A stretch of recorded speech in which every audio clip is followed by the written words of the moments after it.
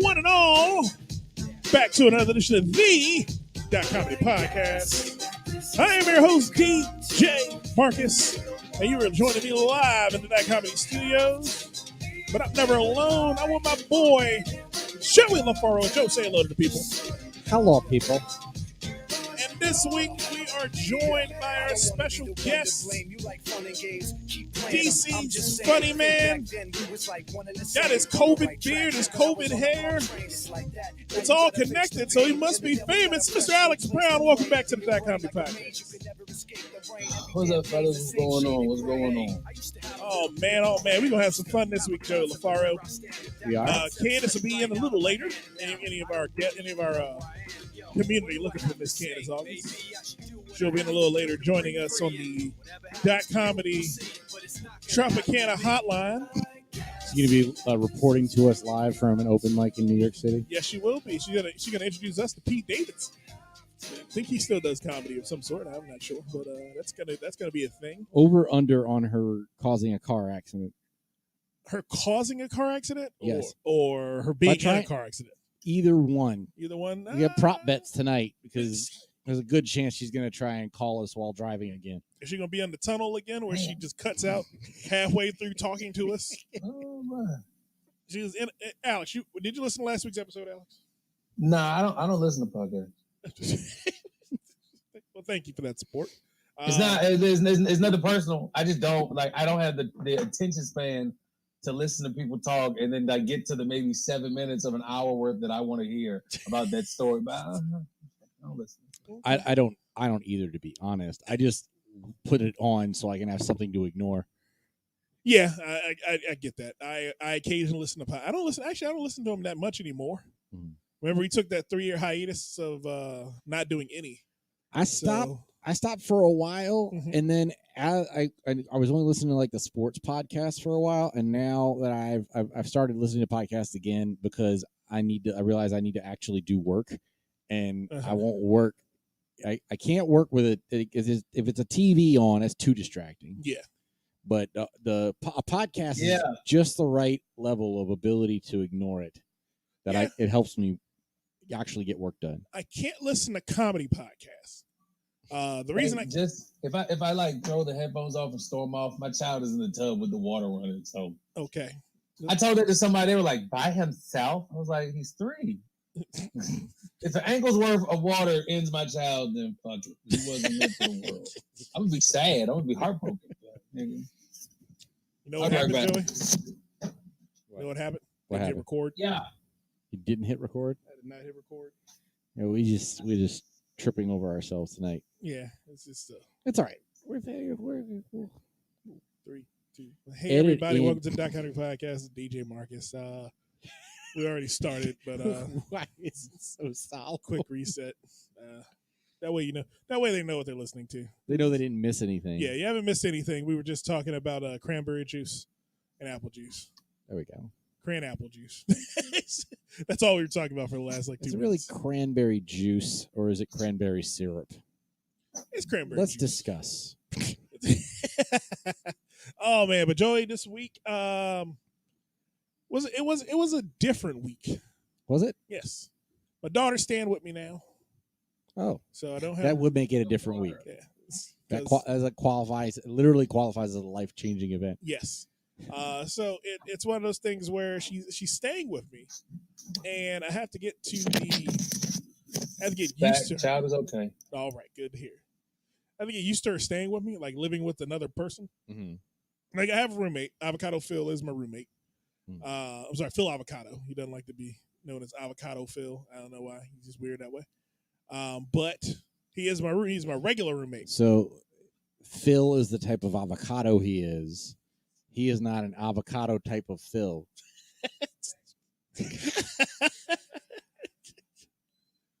You ever know a guy named Phil in high school? What's that mean? Yeah. Yeah, I remember Phil. Phil played basketball, right? No, he didn't play basketball. Well, there was one Phil. Yeah, I know that was white Phil. That was the cool Phil. This was okay, yeah. Phil, he had the gold chain. You know, the white boy, cool haircut, just a fade and it would be like slicked down. Yeah, I know what you're talking about. Yeah, I knew that feel too. I knew everybody at high school. Me and our guest tonight went to high school together, Joey. Oh, Yeah, went to high school. I knew him back before the beard. Back before anything could I grow. can't envision that. Back before anything could grow on that face, I knew him. Yeah, it was bad. My shit started to grow. It grew on the sides of my chin. Oh no! It did not grow in the middle, and then it grew connect. on my fat guy jowl right here, and it was painful. It was painful. Like people were like, oh, your beard's so nice. Like, how do you get it, bitch? Patience. You have to go. It hurt. It's like dreads. If you want them nice long dreads that motherfuckers love, you got to go through the Marcus phase at some point. Yes, I'm growing dreads. I'm accumulating because this shit ain't twisting nowhere right now. Hey, listen, man, you gonna have a hell of a bad harvest with that. That shit going on, but I get it because that's how I remember. Matter of fact, I have a picture, or there was a picture of me at that house when we did it when the world was going. And we were all sitting, and I was like, "This is the bad hairline club. We all fucked up in here." Yeah, all our hairlines sitting at that. Everybody's hairline was bad. fun. I was like, "If I make it, that's the first thing I'm fixing. I'm getting hairline reconstruction surgery." That was before I started shaving my head. Yeah, well, I cut my shit too, but then I was quarantined. I had COVID, and before that, I was just letting the grain wasn't going nowhere, and so I just let my shit grow out. But people look at me like, "Oh my god, I know you can grow hair." It's like, yeah, bitch, I'm not bald. I just cut it that way. At some point, you learn to lean into it. Yeah. Yeah. You learn to just lean into it and take that shit. But then you let it grow, and you're like, well, fuck, I got these curls. Like, I forgot about these hoes. See, I made the mistake of reading somewhere that you're supposed to get your hair genes from your maternal grandfather. Yes. Which is not what happened with me. No. That was a lie. No, that did not. I tried to cover the mic. I'm sorry. I'm trying. I'm not getting my maternal grandfather still had hair when he died. But my male pattern is following my dad's side of the family, and all of the LaFaros have the same pattern. Except for my brother, who has the thickest head of hair I've ever seen. Your brother's got that Jesus hair. He's like right now, and I'm annoyed right now because he's not cut. He hasn't cut it since COVID started, and it's just getting ridiculous. I think he braided it recently. Your brother is quite possibly the most appropriated person I've ever met in life. White braids are the worst thing in the life. I hate white braids. White locks, gross. Burn them all. Oh man. But yeah, man, this week's been a good week, Joey. Anything happened to you fresh this week, man? I performed. I hosted a show. You did? Was it a Zoom show? It was a live show. Oh. It was a cicada lawn show. The lawn was full of cicadas? Yes. Okay. Why wasn't I invited to the show? Huh? I wasn't invited to the show. Yeah, you were. No, I wasn't. Yeah, you were. I'm usually your only audience, man. I've been there since the beginning. I told you I was doing that green bus show again. Oh, you did talk about that green bus. I was working. That's what happened. I apologize. I was working. Yeah. So you did the green bus. You hosted. I got asked to host, and I was like, I don't really like. But the person's like, I can't produce and host, and I'm like, okay, I know that pain. I can't say no. And I ended up. It was a fun show. It was a pretty talented show. It was funny because like immediately after the show ended, I got some. There was a chat going around with the comics that sorry if the crowd was kind of low energy or whatever. And I'm like, I just thank that crowd for being so great. Like, are you saying that I lied? Yeah, you did. Every host lies. Every host lies to crowds. It's your responsibility. Yeah, you have to tell them they were great. It's like when you're having sex with a woman, you have to tell her she was good. Well, especially even though you suck. If the way you're getting paid is a tip jar, then you gotta sell it. You gotta sell that one. Oh baby, yeah. that's the kind of shit you gotta do there. But pro shit, I got to host a show and got paid for it. What? So. Were you not paying attention, Alex? No, I wasn't paying attention, but I was listening. I was listening. Yeah. You got to tell her she was doing good, Mark. Oh, that's hilarious. I heard. I wasn't paying attention, but I heard everything. I can cuss, right? Yeah, It's the internet. It's the internet. Nobody's paying attention. FCC. We'll get 3 years from now is when things will matter that we said today. Well, yeah, in about 5 years when Joey has that first comedy special, or you have that comedy special, I get a phone call. Hey man, the Dot Comedy Podcast. Can y'all delete those? We'll be in the process of getting some contract for a TV deal, and someone will go back and find the episode where I said that white women were the devil, which is like 5 of them. Yeah. Or we made fun of Asians, which is like all of them. That wasn't we made fun of China, the country. Oh yeah, China. Yes, we made fun of Asians. Alex Brown has not made fun of any particular group of people. On a podcast, at least. Now on stage, different. But, it's not there for posterity. I can get to yeah. If I make fun of somebody, you gonna have to catch me in the act. I'm not gonna do it on a podcast. Well, that's not true. It'll happen. Hey Joe, I was hosting. I have to host Saturday. This is like my 3rd time hosting. It was one of those times. Well, cause it's not like. It depends on I don't know how it is for other people. For me, it's always weird hosting because I've used to have to do it, and it was a lot before. But it's different when you're hosting and you just hosting. Like before, almost every other time I've hosted, I was producing too. And so I'm worried about my set. I'm worried about hosting. I'm worried about the 6 other technical things that are going on in the show, except for when DJ Marcus was there. Even then, because then I had to figure out what's Jesse doing, or whatever, what's Blue doing, or what else is happening in the background, and then we've all hosted shows by other producers who lean on you heavily as a host to do some producer things, like manage the talent. So. The one thing that was nice with this one was I got to just host. And so it was really fun. I didn't have to keep time for anybody. I didn't have to worry about letting people know that they were next. Like it was really well produced. So like everybody knew when they were going on, how much time they were doing and all that. And all I had to do was be ready to go when the person came off stage. And it started out where I was nervous because I haven't hosted in 3 years. But by the end of it, I gained confidence throughout the show. Okay, whose show was it? Forget Carmia, our guest. Carmia. Carmia Weintraub. Yeah, Weintraub. Okay, but she's going. I guess her stage name is just Carmia.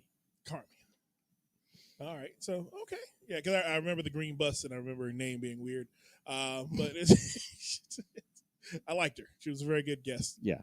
Unlike Alex Brown, who has not looked up once. I thought you guys were going to introduce. I thought we were going to do that. I didn't know we were just spitballing like, hey, this is. That's all. I was waiting for alley oop on the back. You literally asked me a question, and then I answered it. And then you looked at it. And then you checked out. Well, yeah, you kind of gave me like, oh yeah, I had to produce. I was like, sure, I didn't ask for that. Just like, how was it? But you're right. No, I was wrong. I've been in the house we all been in the house, man. My phone is. I'm sorry. I've been a bad host. I've been a bad guest. Shit. It's not a good look when people watching the podcast can see you on the episode being bored with it. Yeah. Again, I guess in my mind I'm thinking, all right, we're gonna introduce her. But yeah, you're right. Yeah, all right. Segment 2. Isaiah, you're on your own. Segment 2 is all we you. That's when we sit down. There you go. Okay, yeah, it's okay. Yeah. And plus, I didn't want to interrupt y'all. Okay. No, we want you to be involved, though. We want you to be interested in what we're doing. My bad. It's Tuesday. Tuesday. Oh man, but yeah, man. Where are you hosting? Where's the show? I'm hosting. I'm hosting. Crybaby DC. Actually, it's a pretty packed comedy couple of days for me. I got a show Thursday in Wheaton at Island Lounge or Island Oasis. It's a Jamaican spot. Oh. Okay. I know we're doing Friday, Comedy I'm Week. supposed to do Hannah's room, You're doing Comedy Hannah's Week. basement, Fernando's show. Okay. And then Saturday, I'm hosting Crybaby at the Upper West Side Cafe in Evans Morgan or DuPont, wherever it is. It's comedy all over the Awesome. place, Joey. I gotta go get it. I gotta go find it. I'm not getting a lot of I'm doing Nottingham's on every other Wednesday. That's not a way to get booked. Yeah. Hey, yeah, listen, yeah, I did the Wednesday show of Nottingham's, and there was nobody there, but it made me feel good just to go talk shit. Yeah, it's an open mic. It's a decent room. Maybe it's definitely hit or miss. Like some nights it's packed. Yeah. Some nights it is packed. Yeah. And other nights it's not. But the Friday spot is definitely the one that you don't want to miss. The Friday Nottingham show or the Friday show you were talking about? Yeah, the Friday Nottingham show. Yeah, I haven't been on for that one yet. Yeah, it's pretty good.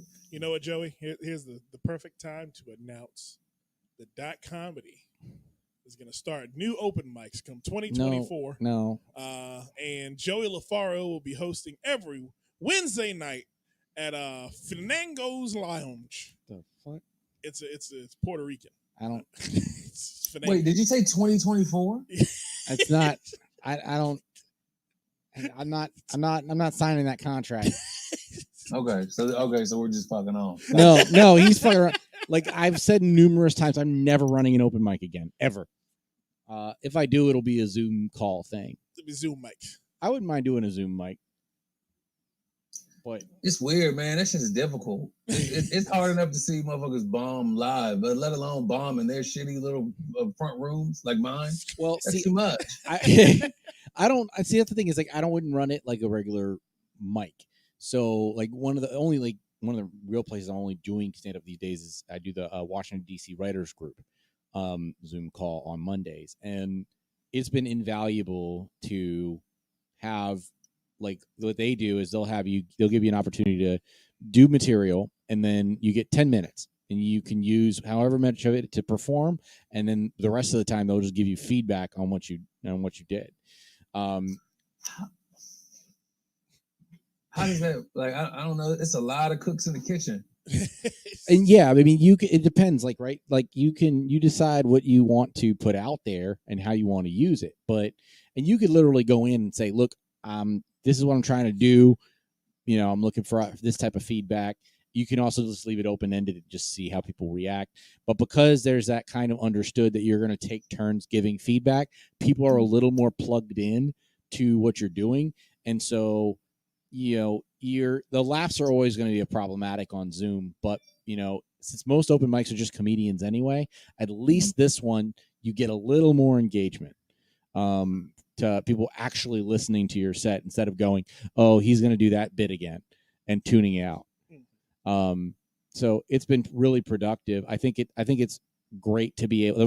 One thing about Zoom that I like is that you don't have to go anywhere and spend money or time traveling somewhere. And and with the thing is, like, I can do multiple Zooms in one night. I can't go all over the place. Like I gotta pick, and then I gotta wait. Like depending upon the room, you might be making a commitment to do, to 3-hour commitment to do 5 minutes.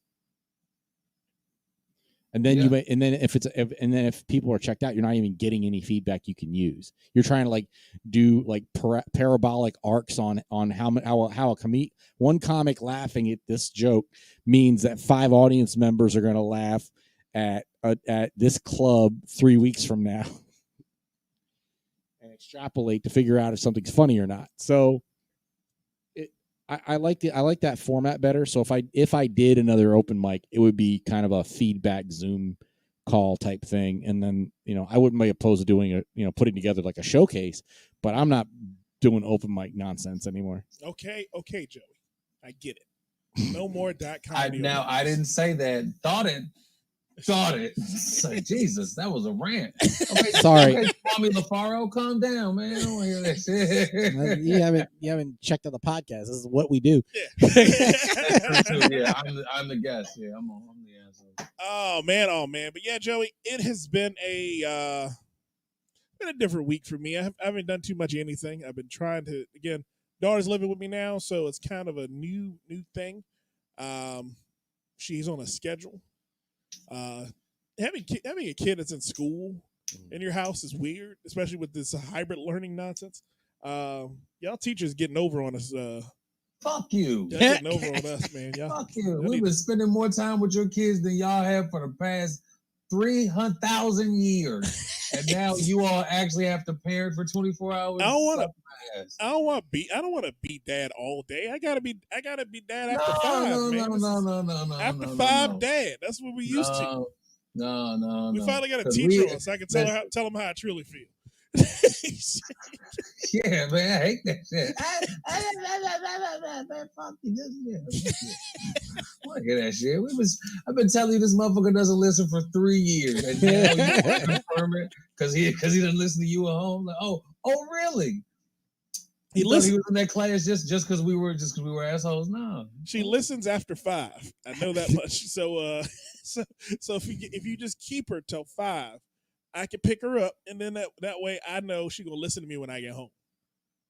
But before then, I don't know what the hell these kids do. I watched my daughter in class literally sit there and go, "This is so boring," and then just put her head down. I'm like, "What the fuck are you doing?" I mean, she's right though. It's not like she's wrong. She's not wrong. I'll never get mad at a kid for saying this is boring. It's not a reflection of me as a teacher. Nobody signed up to do this shit. We all thought we were going to be Miss Frizzle when we got in this stupid ass profession. And then you find out that the curriculum is blocked and you're pigeonholed into nonsense. I mean, well, yeah. If you go into teaching thinking, I don't know what people think. I don't know what I thought. I kind of just fell in this shit. And I'm 1 foot out the door as is. But, teaching, education is a business. And the only people who get paid are the motherfuckers who don't spend no time with kids. There's no teacher in America that sees kids 5 days a week that gets paid what they should. Now, if you've been teaching for 1,000,000 years and you got all the degrees, you might could top out, but you don't make nearly as much as motherfucker who wears suits every day and don't see kids. So, okay. What are you gonna do? We don't have to wear suits anymore. No, I'm just working from home. Everybody's at home now. Yeah. See what I think about teachers. You all are very underpaid. I agree completely. I believe teaching is the one profession where you should be paid as much as the person who gets out of the other end of it. Yeah, no, that's not true. It's not true at all. That's not true. Everyone says teachers should get paid more, but no one else wants to take a pay cut. Shut up. I don't hear this. Who's gonna take a pay cut? You guys deserve so much more money than take a pay cut. How am I gonna take? How does that? Okay, would you make more if I took a pay cut? I work at a grocery store. I don't know. What pay cut am I fucking taking? Okay, I should say this. These aren't thought out things. This is a material. But because I teach a material, I don't have to think it out. Like, it's not something I have a discourse with you. Like, why are you naked? You got your junk all out.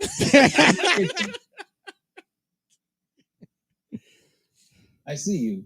Go get back in the water. So my kid has these Crayola bath bombs. It's not like a fancy schmancy bath. They're like color tablets. So you throw them in, it turns to watercolor. Yeah. And I mixed a bunch of them and it just looked black. I thought it was shit. It's just black ass bath. The water scary. He looks really dirty, like a medieval child. Now he's just up making robots now. Okay. That whole thing. Candace is up. Hey, dang. Pretty funny EM motherfucking T. There she is. Oh goodness, she got the shirt on too. What's up, baby? Hey Alex, what's happening? Not much. How you doing, bro? Same old shit, different day. That's it. How's New York treating you? It's treating me good. I'm just trying to get out here and get as much stage time as I can. I had 2 shows tonight. Was gonna hit a third one, but I said, nah, fuck it. Let me get on the podcast. I'm so glad. I've been looking at these 2 motherfuckers like, I would do this shit to see Candace. Yeah, we just talk about my stupid kid in Paris. That's it. That's trash. Oh, but man. Yeah, I'm trash. Not we having fun. But yeah, you been good though. All that other shit. Yeah, I've been good. Trying to be all over, even though it's a whole pandemic. You know how I do. Now they said that you almost had an accident last time you joined in while driving. Do you need to pull over? No, I'm fine. I'm good. I'm good. Okay. I'm gonna turn the camera off in a minute. But I'm good. I'm with you guys. I got a 45-minute drive home, so I'm here. Damn. So you'll be here the whole ride, whole show on your car, Yes. huh? Remember I how know. DMVC in Virginia? Yeah, I remember them pretty funny shows up L Street, and then I don't know where you went, but hey, everybody just put them miles in. All I heard was Boy Wonder. Same thing. Oh man! All right, so you know what we're gonna do? We're gonna take a quick break, Joey. Yeah. And Candace and Alex. We're gonna take a quick break, and when we get back from this break, we're gonna sit down and we're gonna have a conversation with Mr. Alex Brown. We talk to him. It's been a while since he's been on the podcast, so we want to know what's going on with him in his world, man. It's been a minute. Damn, you're right. Yeah, I might have just had my son last time I was on this podcast. Yeah, I think he was on his way. Yeah. Oh my God. Yeah, that's crazy. But we'll be back in a minute with more on the That Comedy Podcast.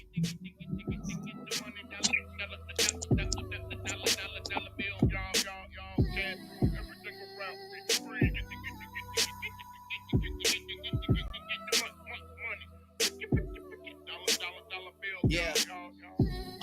After hours of Il Molino. And this segment of That Comedy Podcast is brought to you by Tropicana Apple Juice. That's right, Tropicana Apple Juice. You want something that tastes good going down? Tropicana Apple Juice. I drink it. Joey drinks it. Candace drinks it.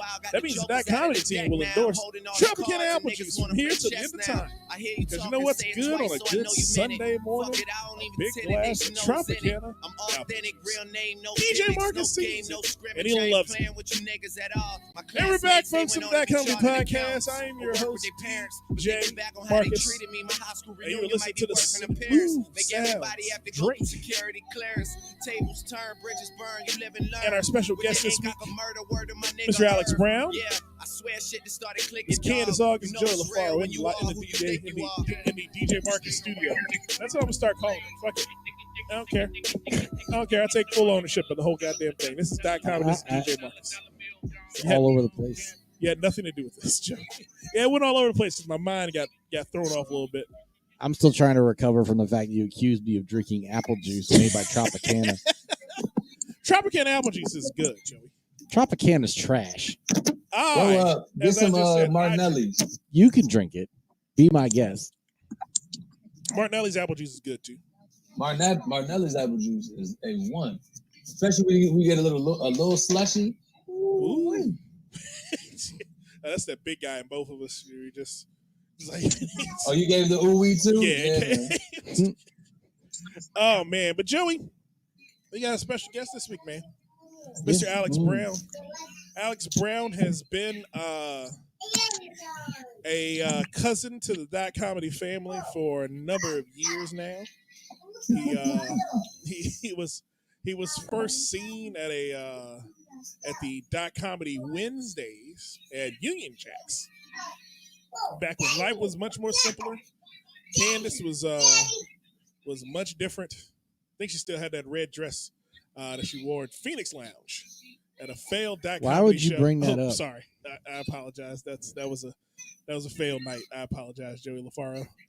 But Alex Brown has been on the ulterior members of the That Comedy. How many kids are in that room?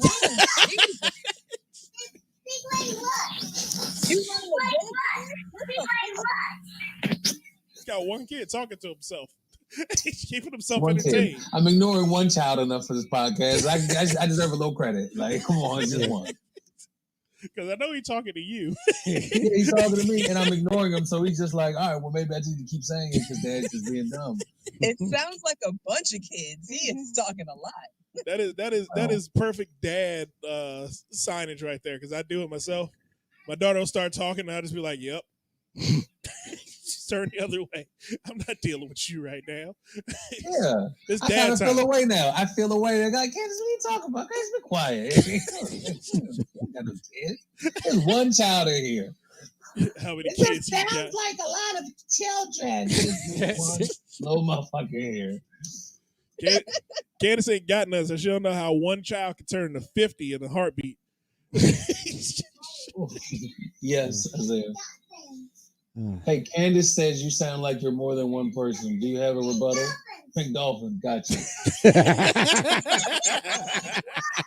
Got you. Oh man, but Alex, what you been up to, man? It's been a while. I think the last time we saw you, Dot Comedy saw you, it was on I think it was a Zoom show or a Zoom mic where when we were in the old studio, it was the first one you did. Oh, And Alex gets up. Now the funniest thing was I was sitting. You were in my apartment. yeah, that's and right. Alex, and I was like, "Oh shit, is that Marcus?" He's sitting in the background, going, "Hey, what's going on, man?" I'm sitting on my couch. I ain't got shit to do with this comedy nonsense. That's Joey's thing. And I was like, "Oh, Alex is there too. That should be fun." And I'm just listening to this whole debacle of a show. We just sat through. It's almost a year ago. Yeah, it was about a year ago. Oh man, but yeah, that was the last time. That was the last time we saw you, man. What you been up to, dude? This COVID thing is killing the game, as it were. Nah, this shit's over with, bro. Comedy's back. Comedy's back. Comedy's back. Yeah, this All is right. over with. Alex Brown said it first. It ain't what it was, but it shows going on, in the area. It's black shows, it's white shows. The shows is, yeah. I would say it's back. Any Asian shows that I could send some Asian people to? They go to the white shows. They go to the white ones. Okay, all right. I just want to see where they at. I gotta go find some. I think we both knew the answer to that question, but that's fine. What do you mean? They go to the white shows where they feel comfortable. Oh man, but yeah. So you've been doing new shows. You've been traveling. Okay, now wait. Let me. Okay, now when you say what's been going on with you. Uh-huh. Are we talking spectrum of who I am, or just comedy wise? Whatever. Comedy wise, I just been doing shows. I had a year off. Like, I don't really count whatever Zoom show that was. I don't count that. I'm talking the last time we did the podcast was years ago. Yes. Yeah. Prior to what I've been doing, just little motherfucker in the back.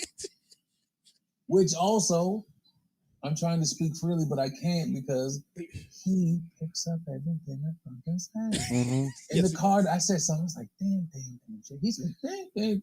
I was like, yo, have a moment, Candace, you can just cuss freely in your car. You can't cuss freely. He's not a don't listen to that age yet. Yeah, no. And I'm black. I'm not gonna earmuff my child. Yeah, I play Laugh Out Loud radio with my daughter. She's 10 now, so I just look at her and go, "You don't curse, they can," and that's all it counts at this point.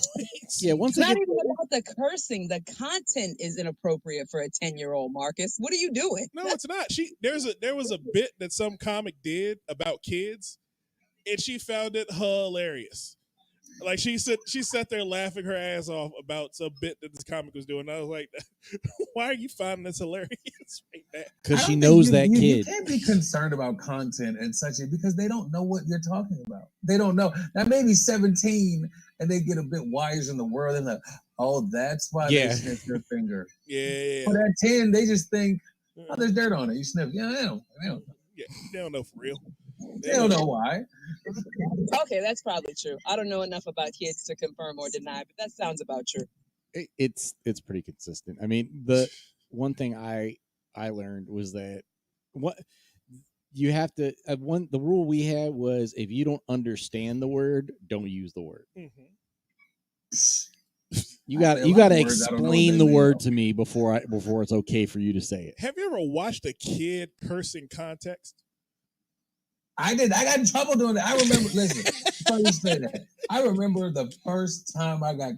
Maybe the first, but I remember I got sent to the office, and the principal at the time wanted me to spell out the words I was saying, and I was like, "Oh, is there an L in there? You." Yeah. Kids cuss. Kids cuss is the best thing ever because you're right. They don't know what they're saying. They're just saying it.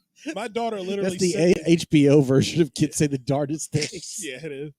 My daughter literally sent the email to a friend during virtual school. She sent the email to a little girl that just said, "You know what? Fuck you."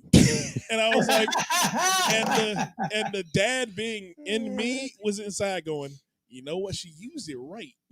I ain't gonna get that mad at her, but I'm like, why was she this upset with this little ass girl? Because it was Wow. At 10, you're in what, 5th grade? yeah. No, fourth I grade. was Fourth cussing grade. my 5th grade. At least I was cussing amongst my peers. Yeah. Oh yeah, Now, there I was wasn't coming to class like I wasn't doing Def Jam sets, but like it was cussing. a lot of Because cussing in because fifth grade. 5th grade, well, 5th grade now, I feel is different than 5th grade. Our 5th grade. Oh yeah, Yeah. 90s, I don't know how much kids are out in the world independent of their 90s parents. fifth grade was off the hook. Kids are more worldly now. They grew up with the internet. They've been exposed to a lot more by the age of 10 than we were. Not Well, true. No. not all the way. They're more not, sheltered. Not really. They're more sheltered They and are- coddled than we were. We ate dirt. We actually were allowed to go outside, run around, fall, break stuff. There's a lot of Come back rules in the that house. exist now that because of shit we did. Yeah, there's a lot of those goddamn rules. I would like to see the numbers on kid abductions from like now to like 10 years ago, just to see if kids have gotten smarter or if the kidnappers have gotten smarter. who's ahead of the curve? Because I'd like to. They probably evened out. I mean, kids are smart, but they're. What we saying, Candace? I was gonna say if abductions are lower, it's probably just because kids don't go outside anymore. You can't be abducted if you're at home in front of your video game. And who wants a fat kid? Not me. I was a fat kid. You couldn't abduct me nowhere. It's a lot more work. You want to hear kids cursing? Play Grand Theft Auto online. You'll hear kids call you every name that you never wanted to be called in your life. Nigger being the main one. I don't know how many Hispanics have called me nigger in the entire time I've been playing Grand Theft Auto online. But I'm like, hey, hold on. What? You're playing mariachi music in the background and your mama yelling at you. What the fuck are you calling me? You need to get out of my way, on the internet, nigger. all rules are off. You have to turn your sensitivity off. You got to. You got to. Because everyone knows what a black guy sounds like on the internet. It's like, I know what to say to fuck with him. So yeah, like you now in real life, but how mad can you get? He's in Iowa. What is this? Of course he calls you nigger for fun. Well, also I keep seeing these posts about how this, that, and the other, you have to understand your kids more now, or this is the, and people are all like loving and they're like, you know what? You should work to understand your child a little more. But you know what? There's also times where a kid's saying something and needs an attitude adjustment. Yeah. Oh yeah, definitely. You got to check them once in a while. Sometimes you need to change the channel. Yeah, definitely. You got to check them. Yes. I've developed a dad look. I just am tired of seeing kids say crap to their parents. I'm like, you really? Oh yeah. But the thing is, we're so scared of like doing something like reacting in public. Like I've seen parents freeze up because they don't want to react in public. Because I watched a little kid curse his mom out, and I went, "You want me to hit him for you, or you gonna take him? Because this little nigga about to fuck and get it." Because he was with his grandmother, so she was like old and trying not to curse him. But yeah, we're nervous now. But even with that nervousness, the kid can still get it. I knocked shit out a little. If I had, like I was telling someone earlier today, if I had a son, he'd catch these hands if he said half the shit my daughter said. I can't hit my daughter. That's not Marcus's MO. But if I had a son, he'd catch these hands so fast. I don't believe in corporal punishment. If I have kids, I'm not beating on them. Okay, don't beat on them. Beat them. No. That's once. Can I says the person who's never been a parent. I be feeling like that, but sometimes it depends on the offense. I try not to dive on my child, but if he's in that mode, like if he knocks my glasses off, I got to bring you back to reality. But also, like you said about being like, I've been in public and my child start wilding out, and I feel the looks. Yeah. And it's like you want to go into that black parent, like you try to. You going to embarrass me? Acting right. Yeah. You can, but they're not gonna act right.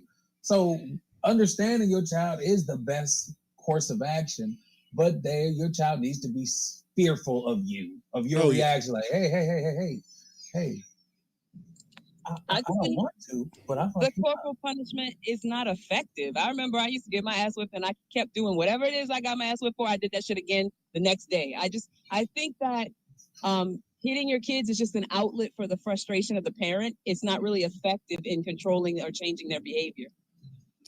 I don't think you can make a unilateral statement. Not for every kid. For every kid, for every situation. Mm-hmm. And that's the problem I think people have. Is like they look at it and go, oh, there's no excuse for that. It's like just because something wasn't effective, the biggest issue I see is inconsistencies. Yes. Like, yeah, you're right. Like if you're as a parent letting stuff slide and then overreacting when you're stressed out, then that's not then you're not applying punishment.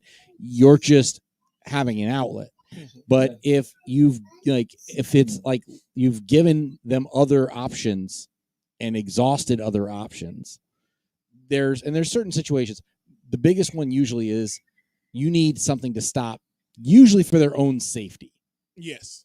If I'm put like now there, yeah. If it's a I need you to immediately be, I'd rather them be fearful of catching a spanking than think they can put their hand on a stove.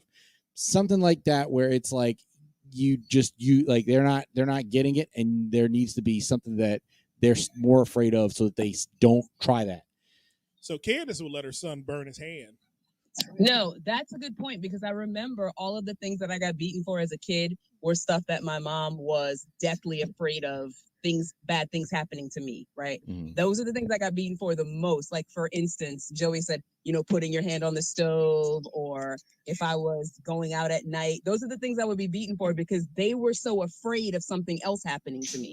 Mm-hmm. So have you changed your stance on did they start doing this shit? But well, here's the thing. Did they try to explain things to you first?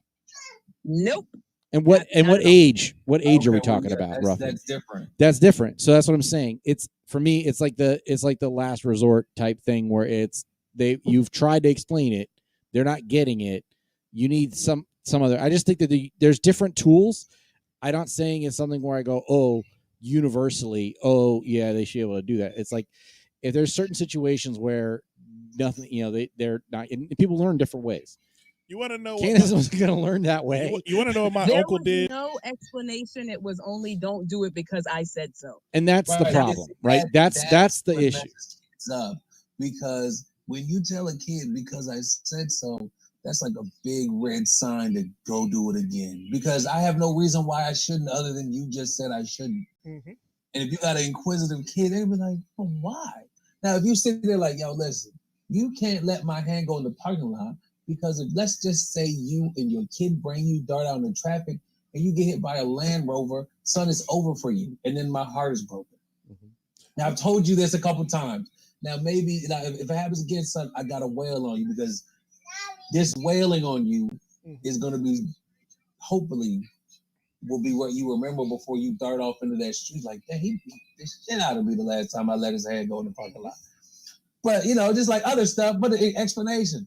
Parent, how you coach, how you teach everything else. I do that with my players. Mm-hmm. Like, okay, maybe I'm not explaining what I want you to do. Maybe it's me. The first couple of times, it's the parent. The third time, okay, you're telling me to go fuck myself because you're not doing what I asked you to do. So, and sometimes literally they will tell you to fuck yourself. Yeah. Huh? Sometimes literally the kid will tell you to fuck yourself. Hey, there's a video on Instagram. It's a reaction video. It's one of those. Oh man, you remember that show? I think it was Wife Swap or something like that. Oh, where he slapped the mom. Yeah. And the black kid. And the black kids. And the black parents are looking at the kid, and the kid's like, yeah.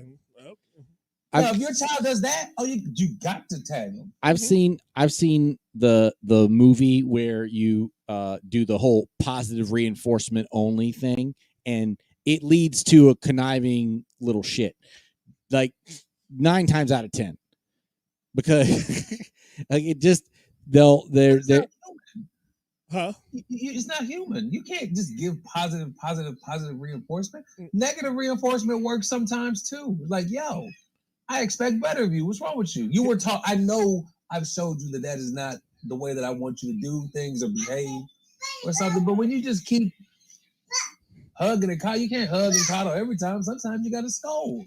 Here's how I stop. Here's how I stop my daughter from running into the street. I stood her right in front of me because she's trying to run off, and I was like, "Hey, stop! Wait!" And she kept doing it. So I stood her in front of me, and I said, "All right, stand still." And I took the palm of my hand and hit her clean in her chest, probably about a foot away from her. And I looked at her and I said, "Did that hurt?" And she said, "Yeah, that hurt." I was like, "A car is bigger than me. So imagine that hitting you in your chest." It's a big car. And she said, "Oh, well, that'll hurt a lot." And I went, "Yeah. So stop running the street or else a car will hit you in your chest."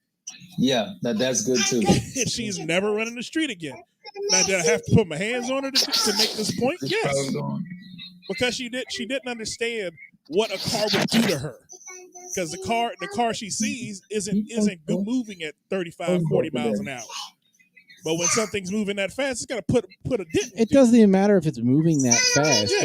If it like a lot of these kids don't like realize that they can't be seen. They're too short for the person in the car. And now at least you got backup cameras and it's a little bit safer. But like there's a lot of people driving old fucking Dusters and they may be backing up and can't see you because you're, your tips of your hair are all it's showing above that trunk. So like, there needs to be, and every parent I've seen struggle with the kid want to play in the parking lot. I don't know what kids like playing in fucking streets for.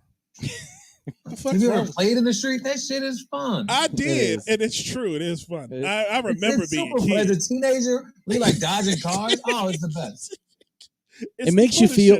Makes you feel like the big kid when you're playing in the street because you're not supposed to.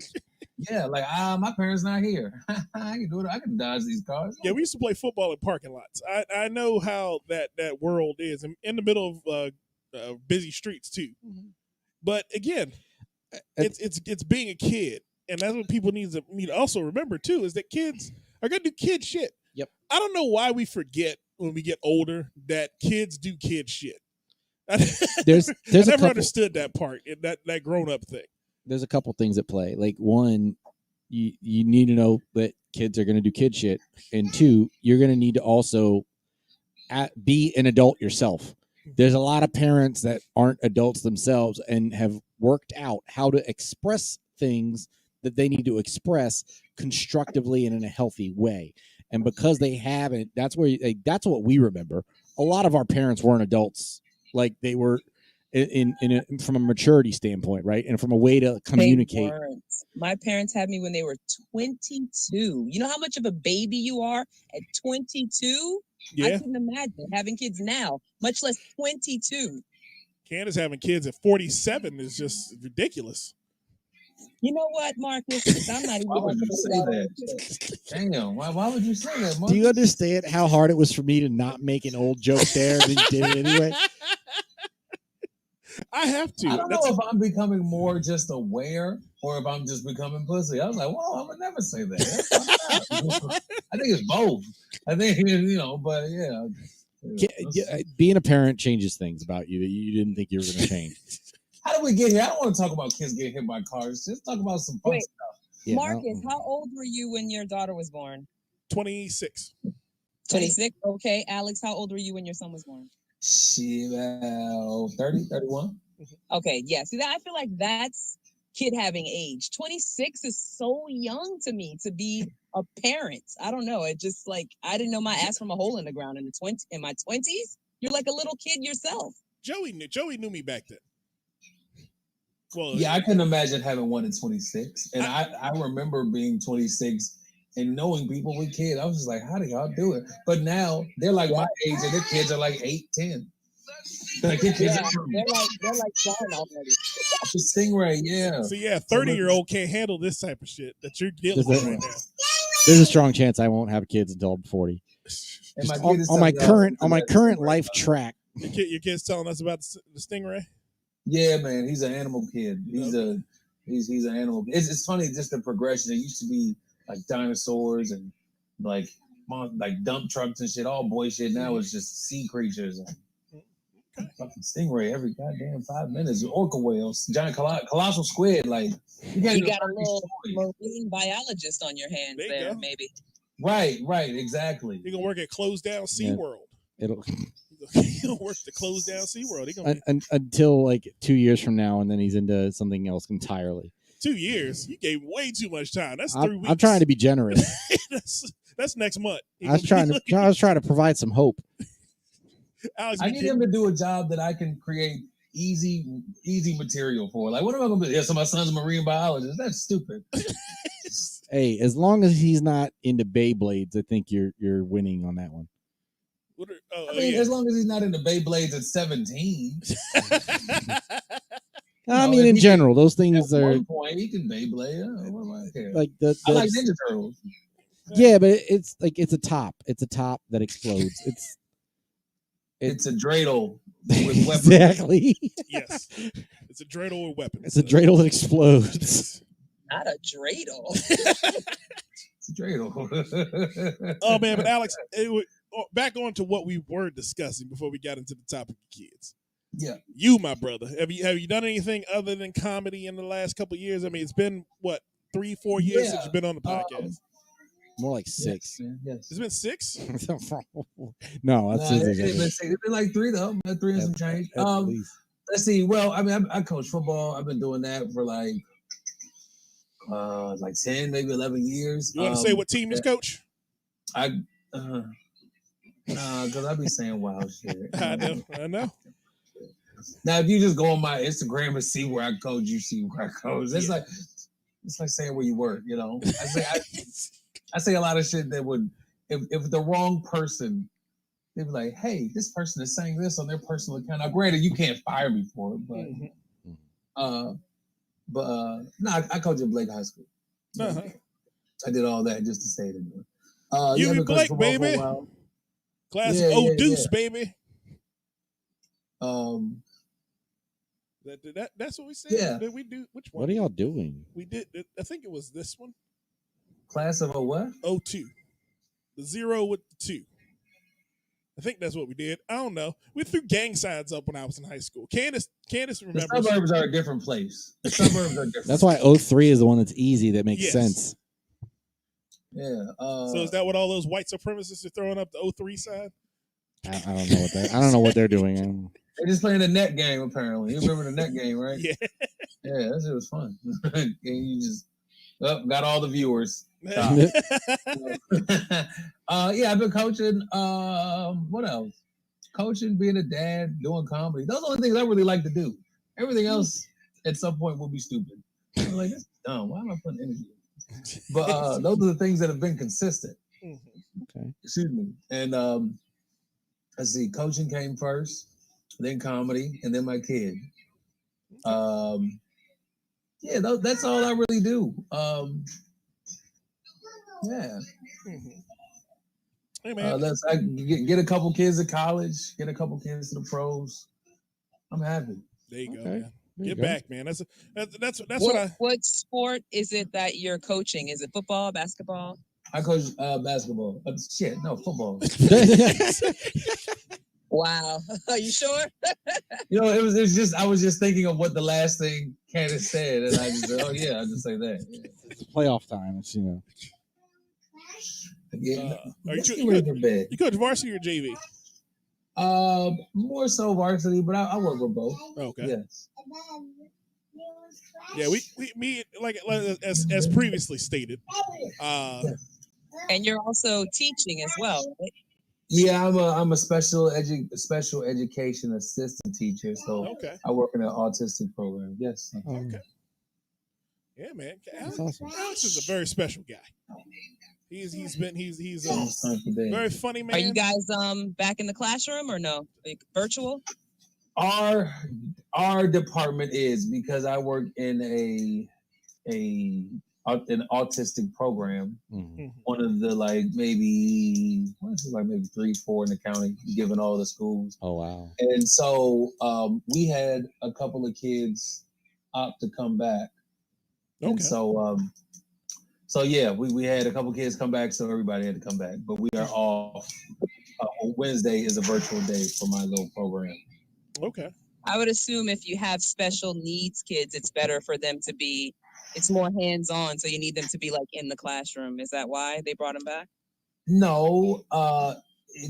Again, not every kid in our program came back. It's just the parents that decided to send their kids back, which it was the ones that need the most support, which wasn't surprising. So but no, most of our kids are still at home. Now with that program, are those students in like their own classes, or are they kind of in inclusive situations? I remember when I was considering it a path of education, then that there was a movement towards more inclusion in like not separating them out into their own class. It was dangerous proposition there. Well, every program is different. Okay. Our program is self-contained. Okay.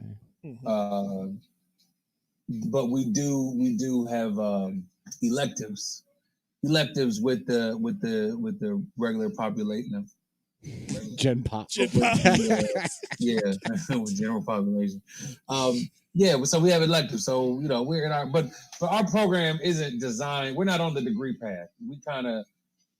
We are trying to teach life skills and job skills, so that whenever they do phase out of our program, they can apply for other programs. So like we would go to the store like 2 days a week, 2 days out the week, and like work on shelving things and putting things away, because certain jobs, certain corporations jobs, what have you, hire special needs employers, like Michael's does. Mm-hmm. I believe Safeway does. So those are places that we would always go and have a little field trip. Grocery stores always do. I remember one time this dude kicked us out. He was like, listen, I don't know what the old manager used to allow, but I can't have it. Y'all gotta go. What y'all do? We don't want to be puss-ass shoppers anyway. I wheeled them kids up out of there so slow. Like, knocking shit over. Like, grab all that jewel on all that shit. Not drool. Goddamn. Oh, no. That's merchandise. I work in a grocery store. I can't have that, man. That's fucked up. It's fucked. You ain't gonna tell me in my game we can't be up in here pushing shit away. Nigga, fuck you. I've been kicked out of nicer grocery stores than this. We go to Wegmans. Ho. You think I'm gonna let a shopper's manager tell me I can't be up in here? Shoppers at it again. They go shoppers like, again. Fuck y'all, we can go get kicked out of a Whole Foods. I ain't gonna get kicked out of Whole Foods. You think I'm gonna let shoppers support this company the fuck out of way? Hell no. Oh man. Stupid ass button up shirt. Yeah, I gave him 100. Yeah. Oh man, but where can the world hold up the traffic too? We're gonna have to tell the park, because we was in the short bus. And I told him to park diagonal. Oh shit. How about that? How about you see me? How about we fight? Damn. Okay. I've never been in that confrontation with a special education teacher. I'm gonna pause it real quick. Mm-hmm. I'm gonna use that for stage material. That's funny. I've never actually had that. You should. That's pretty funny. I was gonna say you should. You talk those crazy. I like that. Yeah. Yeah, go ahead. Write that down. Yeah, that was good. No, he cussed out the shoppers employee. It's good stuff. Oh man, so where can they find you on the internet, man? I know you have a social media presence. Yeah, I'm on social media too damn much. Motherfuckers get mad at me. He didn't text me back in a timely fashion. Like, there was titties on the timeline. I'm sorry. I've seen yours. Is your son wearing clothes? He's in the background of that video. What was no, my son butt ass nigga. I've been doing this. I couldn't do this and parent. I only see y'all once a year. I see him all the time. I can't see I'm looking at this monitor, so it doesn't look that clear. But I guess it's crystal clear on your side. Yeah, and I wanted to make. So yeah, you saw naked. I wanted to make baby. sure before, like, because I didn't want it to be one of them Zoom calls where like naked baby, naked mom running in the background and shit. It's like, what the hell's happening? Oh yeah, that's real. People, yeah, man, we're in each other's spaces. These kids. Auntie been walking around butt ass naked in that house for 15 years. Now it's a whole camera in the house. It's not fair to anyone. It's not fair to anyone. We all just trying to figure this shit out. But where can they find you on the internet, man? Where can they find me on the internet? Let's see. I'm on Twitter. My Twitter name is long. It's a Harlem Nights reference. It's Vera PTDRRZ. It's Vera put the razor away. That's what my Twitter handle is, but it's chopped up. My Instagram is a lot easier to remember. My Instagram is AL_X Brown_. Okay, all right, man. So yeah, that's where you can catch my music, my little bullshit ass rants. And when I am occasionally booked and or busy, I post shows there. Okay. That sounds good, man. But we're gonna take a quick break, Joey. Joey, we got some general topics coming up, man. Yes, we do. What the hell is going on in the world, dude? They're getting ready to have a memorial for Paul Mooney. Kwame Brown made a social media frenzy by finally having too much. He finally snapped. He lost his shit. We've been too mean to him for too long, and now I'm scared. He go fuck all of us up. But how much time is the break? About 5 minutes? The break's about 2.5 minutes. It's not a long one. You need to take a longer one? That's fine.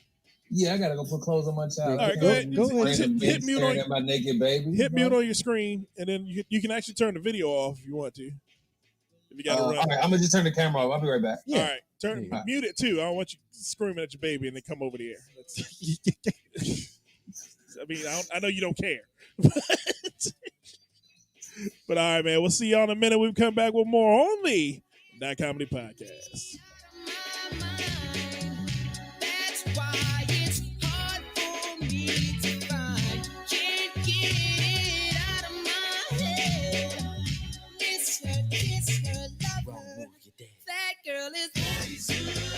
And this segment of That Comedy Podcast is brought to you by Dude Powder. That's right, Dude Powder with menthol chill.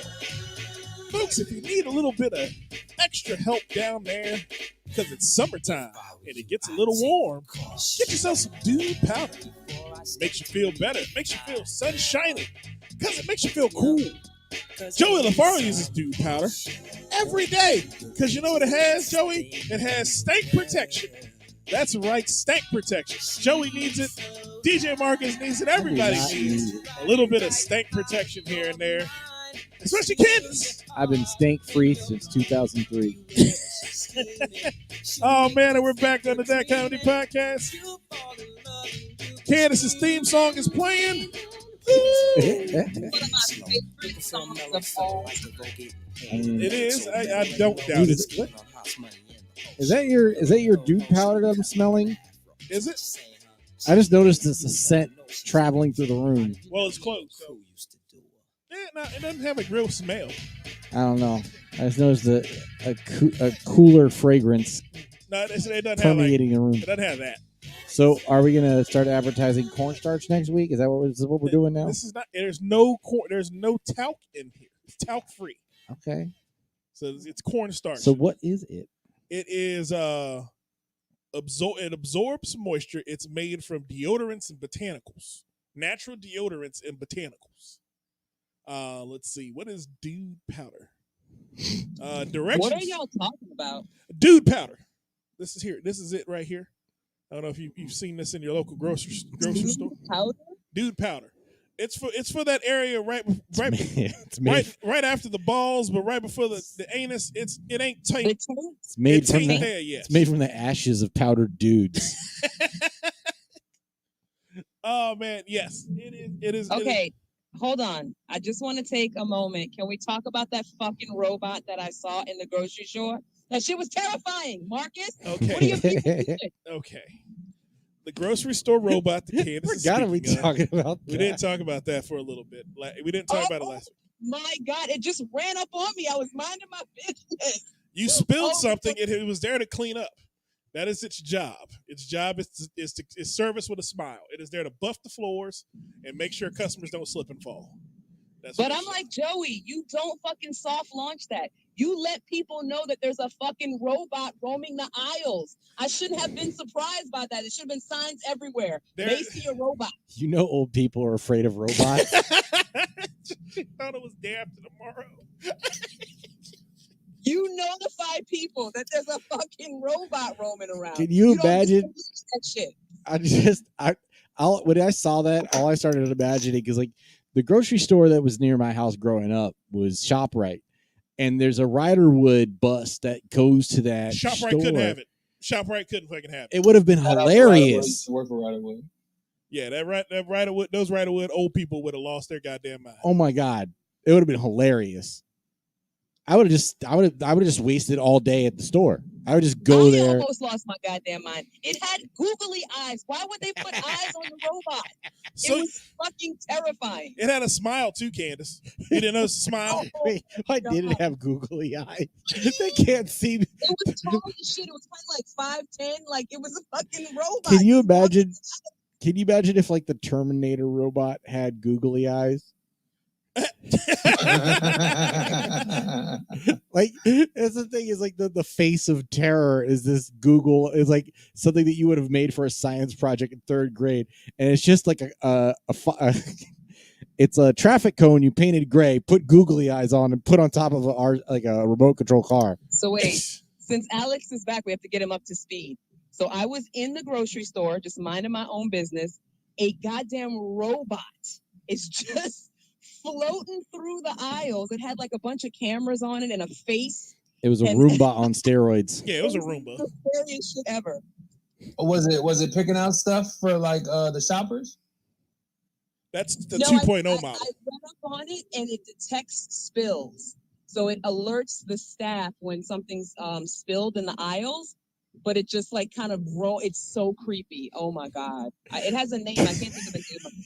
Can you imagine if someone's like sweating profusely and it's just following them around? A spill has been detected in this area. It's not a spill. Leave me alone. So it's hot outside. Where was this, Candace? It was in a Stop and Shop. I don't know if they have Stop and Shops in DC. I've only seen. They don't. They call them Giants. They call them Giants and Food Lions down here. Oh, I've heard about. Okay, got it. Yeah. So in Jersey, it's a Stop and Shop. Yeah. I actually looked it up. If you look it up, it's a supermarket robot. It's called Marty. Yes. And it just detects spills and scans the aisles. But in real life, this shit is so scary because you don't know it's coming and it just kind of floats up behind you. It's so weird. It stands for something. They named it Marty because they thought it would play better with the old people being afraid of it. Like, well, we give it a name they'll recognize, then all the senior citizens won't freak out. And I don't know a lot of young Martys. Yeah. Well, I guess Martin. We haven't had a Marty since McFly.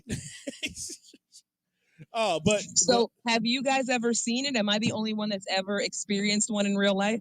I have never seen one up close. We don't have those down here. Well, they don't have them in Maryland. The reason we don't is because black people are very superstitious, and you put it around a lot of us, it may get broken.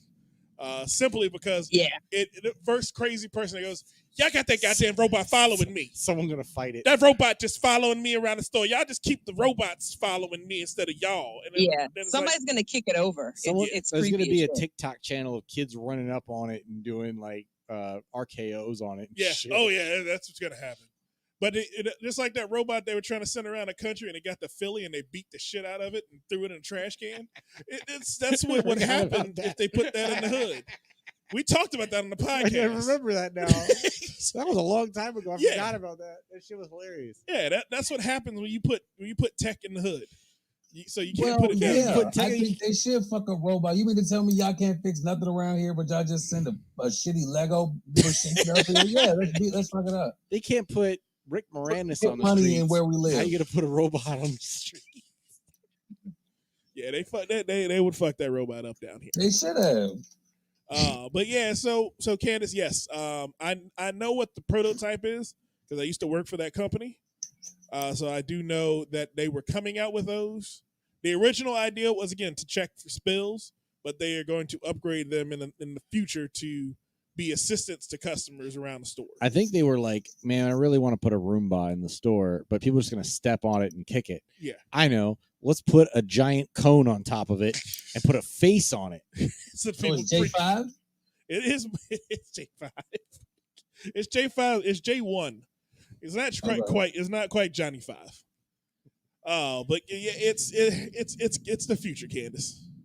Alex, I'm gonna send you the video. It's creepy as shit. It moves all slow like a fucking horror movie. It's awful. That sounds terrible. Candace was just freaked out. She was like, "Technology, no." I can't wait for things to be automated.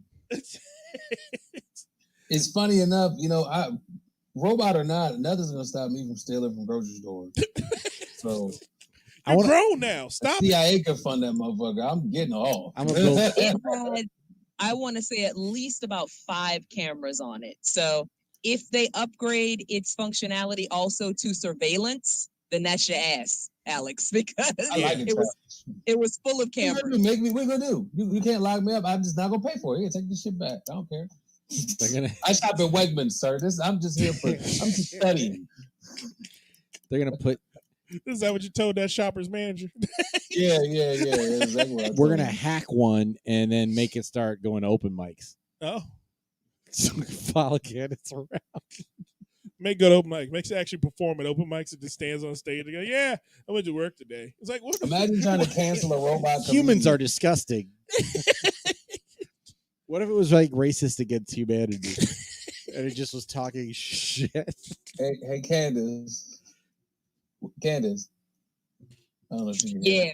When they make this robot to sexually harass you, and you make your Facebook post against it, can I be the one person to, while everyone's trashing the robot comment, can I just be the one person to say it was programmed to do that?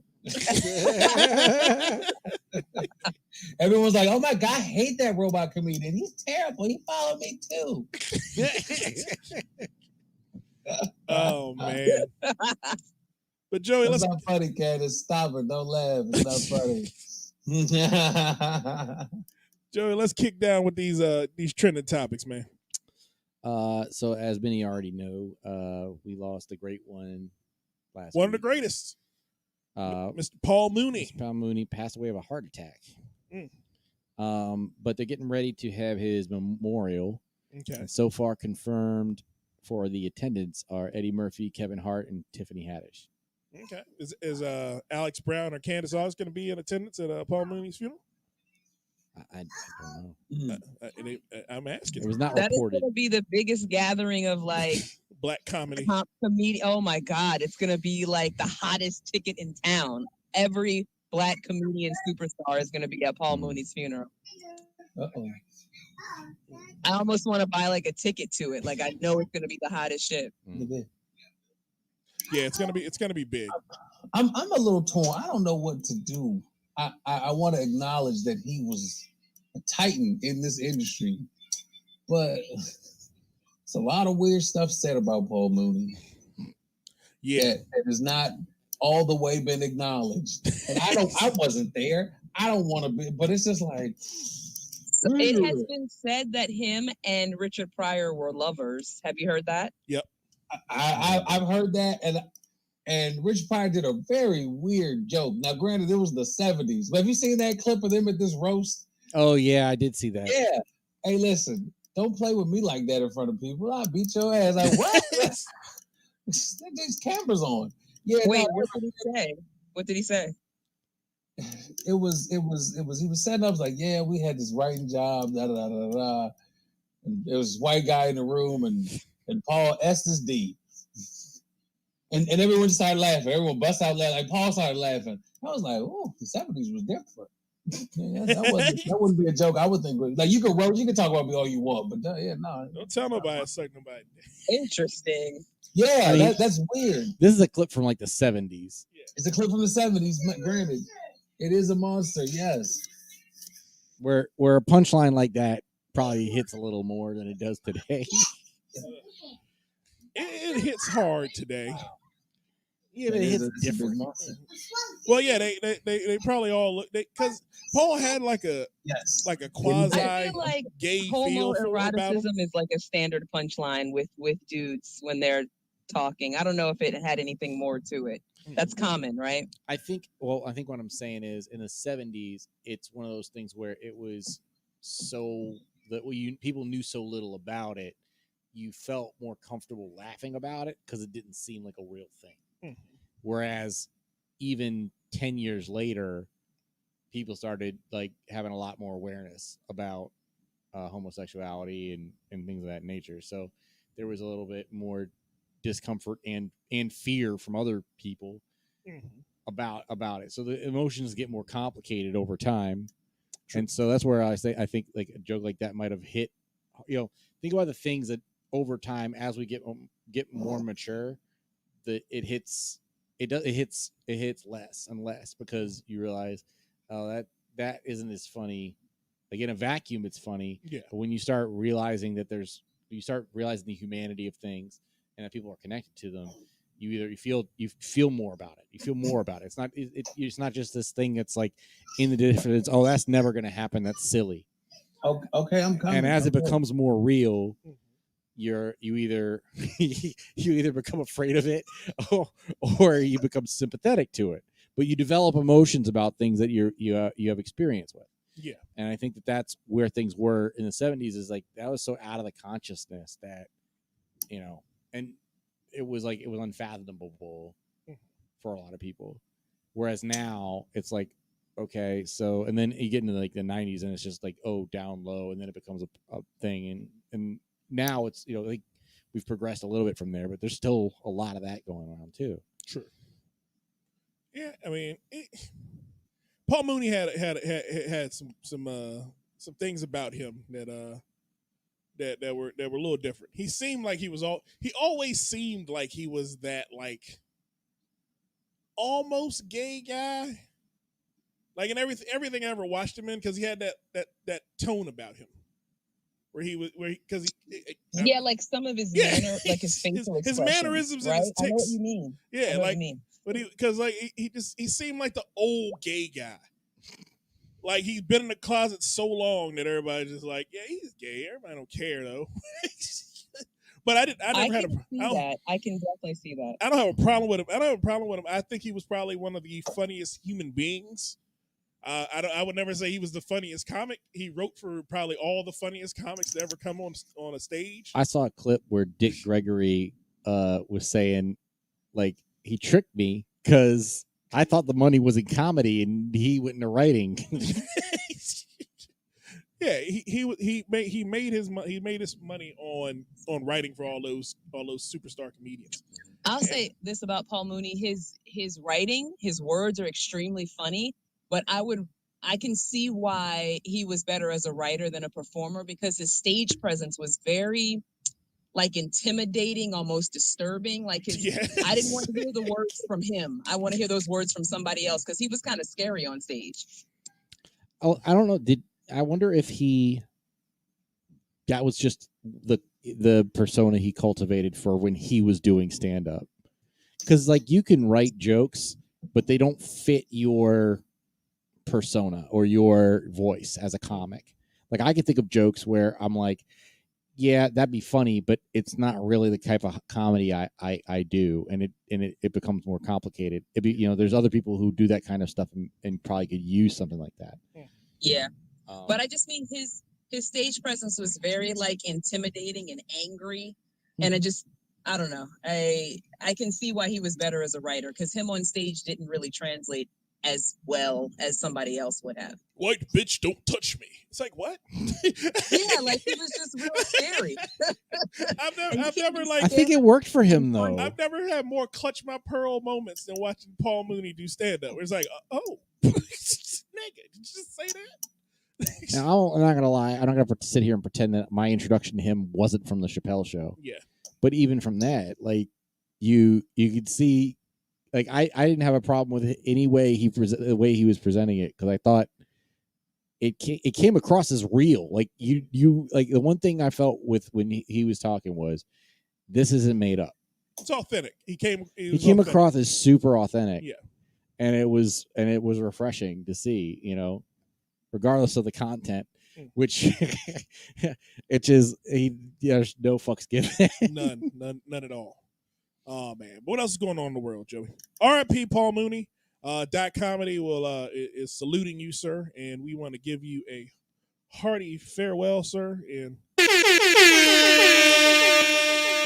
goodbye and safe home, Paul Mooney. I gave a motherfucker air horns. Gotta give him something. We are Jamaican. What else you got going on in the world, Joey? Shit, Joey. We got like 30 minutes left in the show. Kwame Brown. Okay, Kwame Brown. What's going on? Last time we heard from Kwame Brown, Michael Jordan was disappointed in him. And then he actually went on to have like a 12-year NBA career of being a productive player for multiple teams. Yes. And even low key, Michael Jordan rehired him to play for the Bobcats. So clearly he was over whatever issue he had with him when he drafted him. But the other day, was it the All the Smoke podcast with Steven Jackson and Gilbert Arenas decided. I think they had Matt Barnes on too. Oh, okay. Matt Barnes and Steven Jackson. Gilbert was on. Gilbert was the guest. I'm sorry. They decided they were having a conversation and they were making some jokes at his expense. And since that day, Kwame wasn't having it. Kwame finally was like, y'all have been calling me a bust for damn near 20 years. And now I'm retired. This is years ago. And you still talking shit about me. Enough's enough. And he came for everybody. What'd he say, Joey? He basically went into a series of accusations. He went on Matt Barnes for being, at first he's like, I used to like you, but now I just realize you're just a light-skinned dude who says stupid shit. And went in on like how Derek Fisher is raising his kids, and like it was very personal. Oh man, I can't even remember how he basically called Gilbert Arenas white. So I know that this Kwame guy is an ex-basketball player, and he just recently went off on everybody.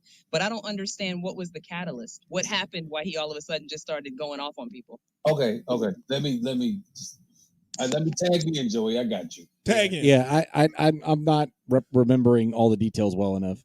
So Matt Barnes and Steven Jackson have a podcast. They had the Lakers on. The Lakers, somebody who's high up in the Lakers. Now, it was a joke made at Kwame Brown's expense. It wasn't a big joke, but it was a slight jab, enough of a jab to wake him up. And for the record, the reason it's called the All the Smoke podcast is because Steven Jackson and Matt Barnes are known for fighting people. No, that's not true. It's because they smoke. Well, that too.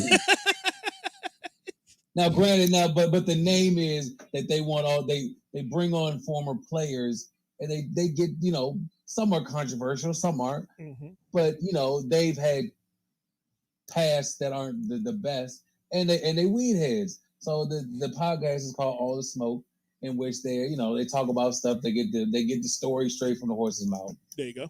And so the joke was said, and I think Gilbert came on, and then I don't know what there might have been another joke at his expense, or his name was brought up, and then that's when Kwame took off and responded. Like you said, he's been hearing stuff about his NBA career for the better part of since he last retired, I guess 20 years. And so I'm sure he had a lot of pent up, and he talked about Matt Barnes. Kwame Brown made it personal. It was a basketball joke, but you get tired of hearing it, you just spray everybody. Everybody getting hit. So he talked about Matt Barnes and all of his situations. He talked about Steven Jackson. He talked about Gilbert. Gilbert said, listen, we were talking about basketball. Gilbert apologized. And then I think he just had more energy from Matt Barnes and Steven Jackson. And but I think Steven Jackson apologized. Steven Jackson says, "Listen, I should not have made the joke about you. He took the like retired felon way not way out, but he was just like, listen, I apologize. I don't care if you accept it. I apologize for me." As far as him and Matt Barnes go, I think Matt Barnes said, "Hey, you can come to the show. If we got to fight, we got to fight." You know. In the midst of this, Charlemagne weighed in. Now Charlemagne did some hoe shit. Yes, Charlemagne did some hoe ass shit. Charlemagne always does hoe shit. Charlemagne always makes a bad situation worse every time. Yeah, definitely. Yeah. So he went on. So he was on his show, and he brought up all this stuff that had to do with Kwame Brown's family and family trauma. And he acted like he was on the corner, but he was on a nationally syndicated radio show. Yeah. And I think he was doing it to the effect of "don't mess with him," but it's like, why you put all this man's family business out there? And then Kwame Brown responded to him, and so it's I mean, from what I heard, he's got like 30,000 new followers. Yeah, he basically I'm not necessarily mad at him, and again, people call him a bust, but he played 12 years.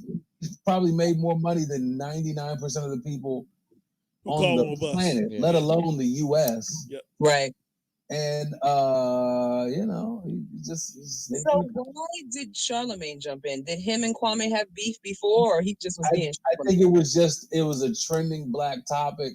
Yeah. And so it hit their desk, and so he commented. And I think I believe the way Charlemagne introduced it was that he went to high school with Kwame Brown's brother or sister, or whatever. So I guess from his family, whatever, it's from the same town. Mm-hmm. Oh, okay. And then he went into this kind of fucked up story about, oh yeah, their dad did this, and and it was kind of like to say, don't mess with him, but it could have been done a lot. You didn't have to do all that. Yeah, right.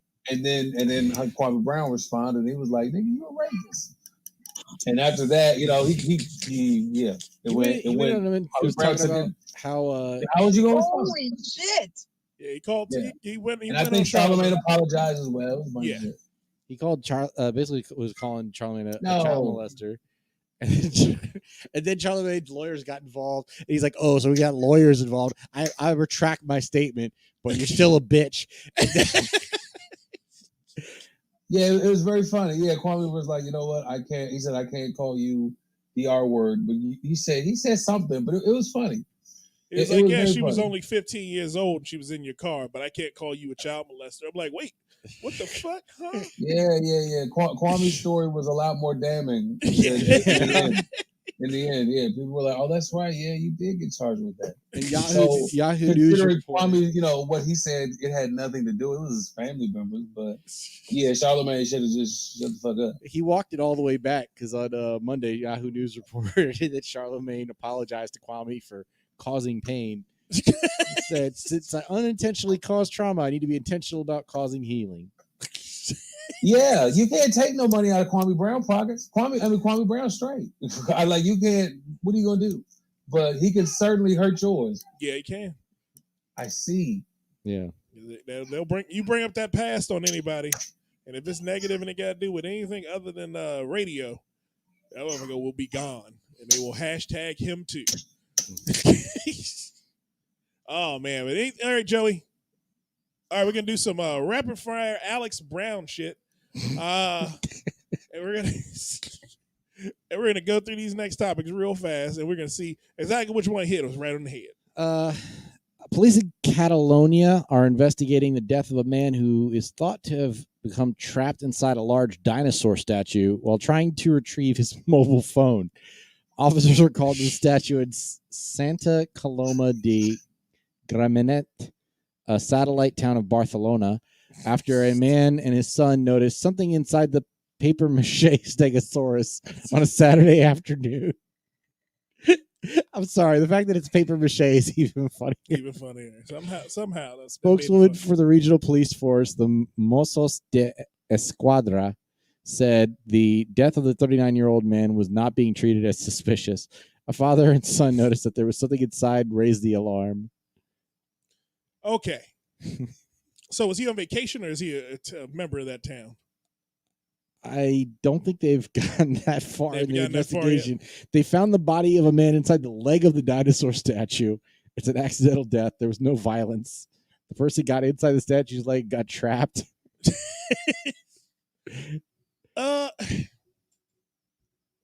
He had through the statue head first and couldn't get out. So he suffocated inside the damn stegosaurus. I think he fell inside the leg head first. So he had to suffocate because he couldn't have died. Remember that scene in Ace Ventura where Nature Calls where he's trying to get out the rhino's asshole? Yes. I think it's like the reverse of that. It's basically what happened. That was the funniest scene. Shit. That shit top five That scene like, was funniest so shit gross. ever. Do you think they would let that scene go today? Hell no. I don't understand the problem with it. That whole movie would be canceled. That movie was hilarious. Oh my God, I forgot about that scene. You remember Tommy Davidson in that movie? Yes. When Tommy Davidson threw that spear, he threw their spears and they were in Jim Carrey's thigh. Oh man. He was like, That shit was hilarious. Yo, how would white women feel about a mechanical rhinoceros having a naked, sweaty man climb out of a mechanical rhinoceros? What do you think they would be upset about? It showed a birth. You can't show birth in movies. That's not what we do. Oh, that's hilarious. Did your son say we cannot show births? It sounded like you said you cannot show births on TV. Oh man, but yeah, that's so. What else is going on, Joe? The whites are at it again. Marjorie Taylor Greene says that Trump supporters who breached the Capitol building are being abused in federal custody. And how can white people abuse white people? I mean, that doesn't make any sense.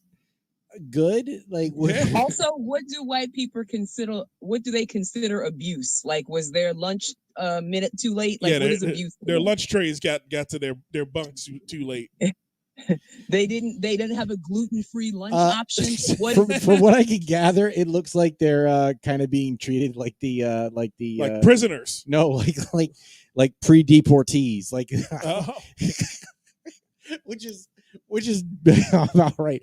While it's catch and this is our quote. While it's catch and release for domestic terrorists in Antifa and BLM, the people who breached the Capitol on January 6th are being abused. Some even being held for 23 hours a day in solitary confinement. Okay, here's the thing: it's catch and release for Antifa, BLM, and who else? Some such bullshit. Okay, the reason it's good for them because they didn't try to overthrow the government. I don't care what you do to these crackers.